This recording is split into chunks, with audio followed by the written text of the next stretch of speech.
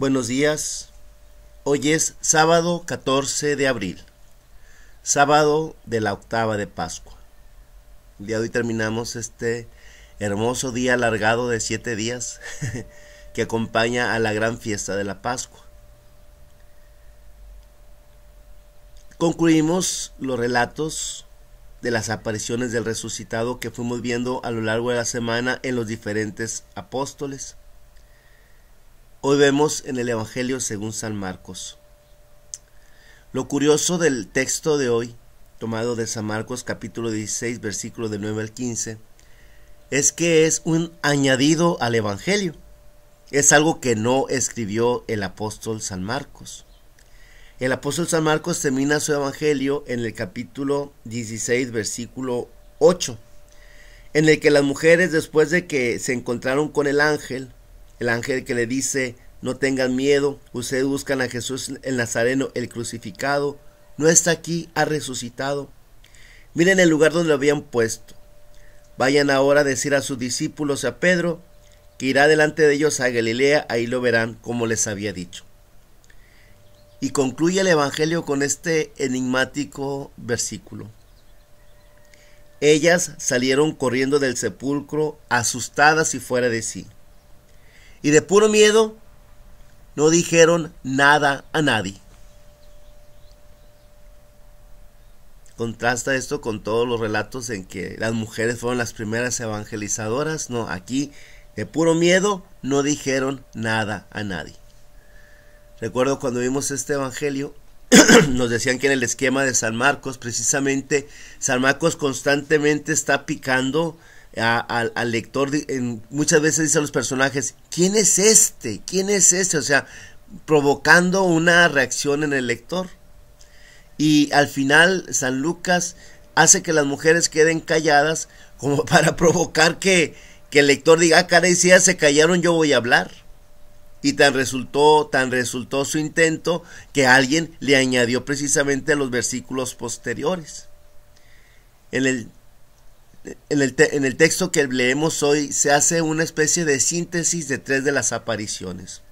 Dice así el texto: habiendo resucitado al amanecer del primer día de la semana, Jesús se apareció primero a María Magdalena, de la que había arrojado 7 demonios. Ella fue a llevar la noticia a los discípulos, los cuales estaban llorando, agobiados por la tristeza, pero cuando lo oyeron decir que estaba vivo y que lo habían visto, no le creyeron.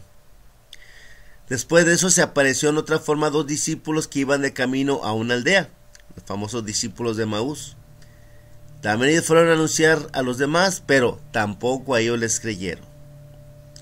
Por último se apareció Jesús a los 11 cuando estaban en la mesa y les echó en cara su incredulidad y dureza de corazón, porque no les habían creído a quienes lo habían visto resucitado. Jesús dijo entonces: vayan por todo el mundo y prediquen el evangelio a toda criatura. En el día de hoy, como que resalta el aspecto de la incredulidad ante esta noticia. Resalta el aspecto de la gente que no quiere participar, de la gente que no quiere correr la noticia, pues, que no quiere hacer llegar más adelante la buena nueva. Esta buena nueva que le hace falta tanto conquistar en el mundo. Los cristianos en el mundo todavía somos una minoría. Los cristianos en el mundo somos una tercera parte de la humanidad nada más. Y estamos llamados a más, pero nos hace falta tanto por conquistar. Nos hace falta hacer llegar esa buena nueva. Tanto en países donde el mensaje es muy poco conocido, pensemos en toda el África, pensemos en toda la Asia, pensemos en Oceanía, 3 grandes continentes que están muy lejos de ser conquistados. Pero también tiene que darse esa buena nueva en los supuestos países ya conquistados, como sería toda Europa y toda América. Europa, que hay una descristianización tan grande. América es el continente de la esperanza y todavía estadísticamente somos una gran cantidad, pero América se encuentra ahorita precisamente metida en una misión una gran misión continental, tratando de evangelizar a los bautizados. Lamentablemente nuestro proceso pastoral no ha sido el más efectivo ni el más adecuado y ha hecho que muchos que se reconocen cristianos pues no lo sean en realidad. Actualmente la iglesia nos propone ser discípulos y misioneros. Actualmente la iglesia quiere recuperar ese dinamismo que San Marcos quiere precisamente provocar con su evangelio.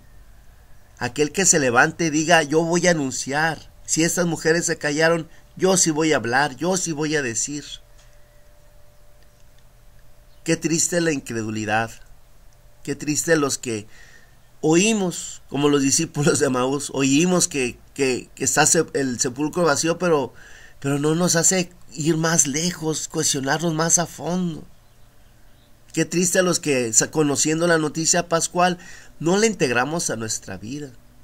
La resurrección de Cristo tiene que darnos una esperanza muy profunda. A nosotros, pecadores, a nosotros que somos los más pecadores como yo, nos da una esperanza muy grande. A mí, esa resurrección, esa conciencia de la resurrección es lo que me tiene aquí en pie de lucha, a pesar de todas mis caídas y mis fallas.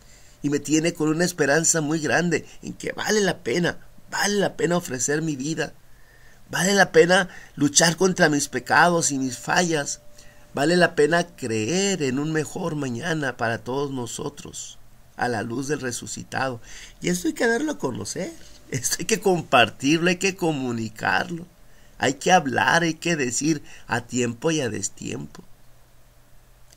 Dios nos conceda tener esa experiencia del resucitado que nos convierta en discípulos y en misioneros. Decía el Papa Pablo VI en aquel hermoso documento para anunciar el Evangelio, la Evangelii Nunciandi, decía, la prueba de toque de un evangelizado es el deseo de evangelizar.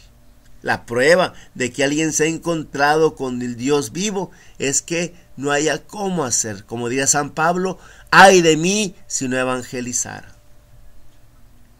Hermano, hermana, tú eres cristiano, tú eres católico. ¿Y de qué manera compartes la buena nueva? No todos vamos a irnos al África, no todos vamos a ser misioneros de primera línea, no. Se ocupa también aquí. Se ocupa incluso de nuestra propia familia. Se ocupa con los muchos descristianizados que nos rodean. Y no tanto que les des un rollo, que les tires ahí un enojo, un regaño. No. Dar la buena nueva va a darse desde la mirada, desde los gestos, desde las actitudes. A mi mamá yo no le creí lo que me decía de Dios hasta que en sus ojos empezó a brillar una luz muy especial. Hay una canción que canta un cantante mexicano, Alex Sintek, y en esa canción él dice algo que se me hace triste oírlo. Dice, mi madre me habla de la religión, pero hay tristeza en su corazón. Y eso se capta. Yo recuerdo cuando mi mamá me mandaba a misa y que ella no iba, y que ella andaba toda deprimida, andaba toda nerviosa, que andaba toda enojona, pues ¿qué me interesaba Dios?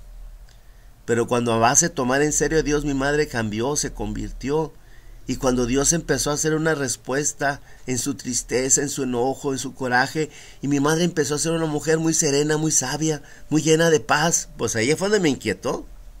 Ahí sí, donde yo recuerdo que un tiempo cuando me peleaba con ella le decía, ¿a eso vas a misa?